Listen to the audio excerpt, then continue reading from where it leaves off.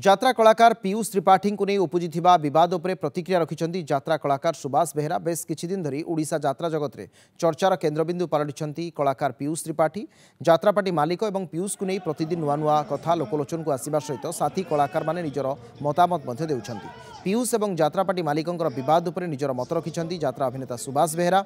यात्रा एभली किछि हुए इटा किछि नुआ कथा नुहे, केउंठी मालिक तो केउंठी कलाकार तरफ भूल हुए आउ समाधान भी हुए बोली से कहते।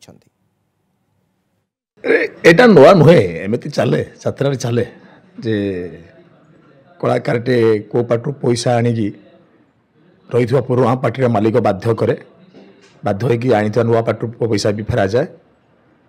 एबे नुह बहुत आगुरी यात्रा यहाँ रही तेणु ये जिन समाधान हो किसी प्रोब्लेम ना आउ से गोटे कलाकार घरे बस कि केवे घर बसी पार नहीं, से भी अभिनय कर मालिक भी यात्रा पार्टी करेंगे।